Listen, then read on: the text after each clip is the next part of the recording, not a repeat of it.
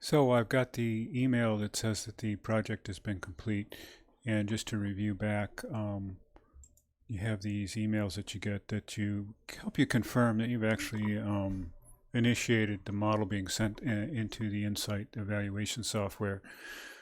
So let's go back to the one that says that we have a completed model, and you can click View Insight, and it will take you to your building. In this case, it's the project name.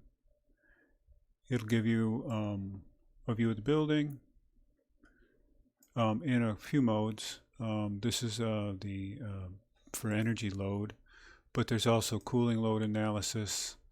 Maybe that was an overall, and a heating load, and a PV analysis, photovoltaics. I don't know why they're not showing them on the overhang area.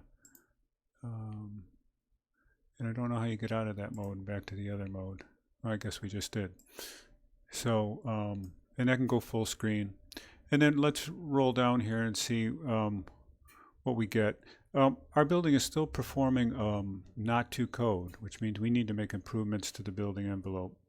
And I'm a bit surprised by that, but we'll investigate that further.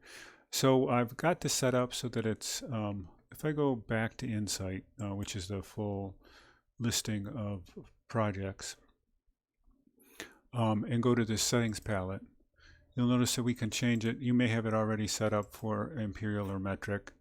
It's set up for annual cost. Energy use intensities, I'm not exactly sure how that calculation is made, so we'll just use annual cost. And you want the model widget so supported by importance, and so that's yes. I want the things that we can change that have the most significance to show up. And then you can really localize it for our local utility rates. So I'm going to jump back to our model just to make sure now that you have the same kind of settings here.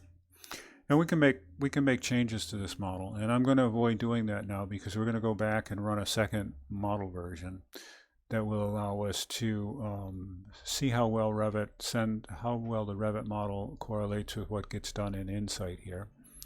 So let's stop this video now, and then we'll build a second model, and then we'll also place it into the package, and then we can do a little A/B comparison.